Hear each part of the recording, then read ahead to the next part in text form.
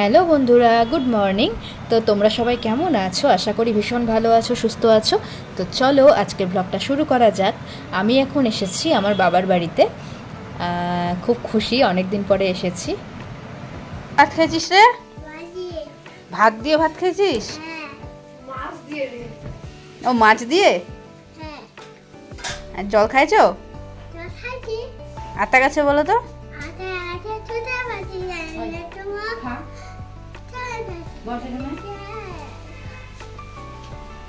High বলে দাও সবাইকে, বলো হাই।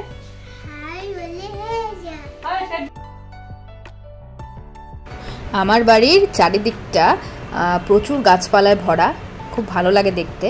আর বিশেষ করে শরৎকালে আকাশটা বেশ অন্যরকম থাকে। আজকে একটু মেঘলা ওয়েদার, তাই মানে আকাশটা পরিষ্কার নেই, কালো করে রয়েছে।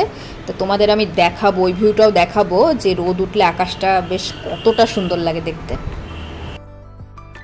এটা আমার মাস্তাতো ভাই, ওরাও এসেছে। আর এই যে আমার মাসি।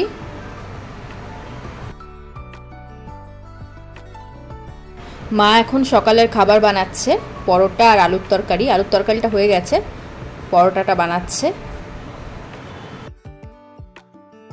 মা এখন মাছ বানাচ্ছে, মাছের ঝোল রান্না করবে।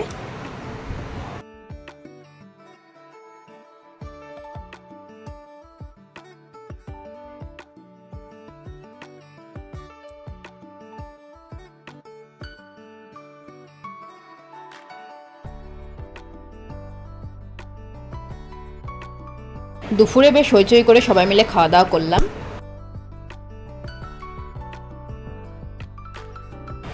তারপর সন্ধ্যাবাতি দিয়ে মাসি আর আমি একটু বেরিয়েছি।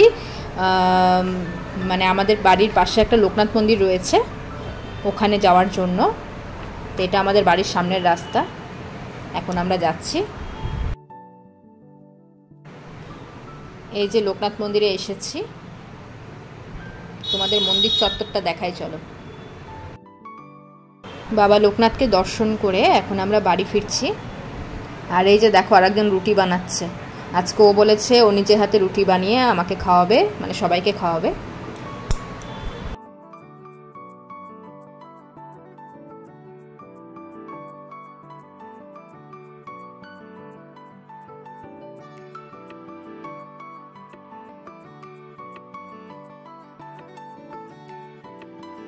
রাতে আমরা খেলাম রুটি আর মায়ের বানানো পনির ভুজিয়া।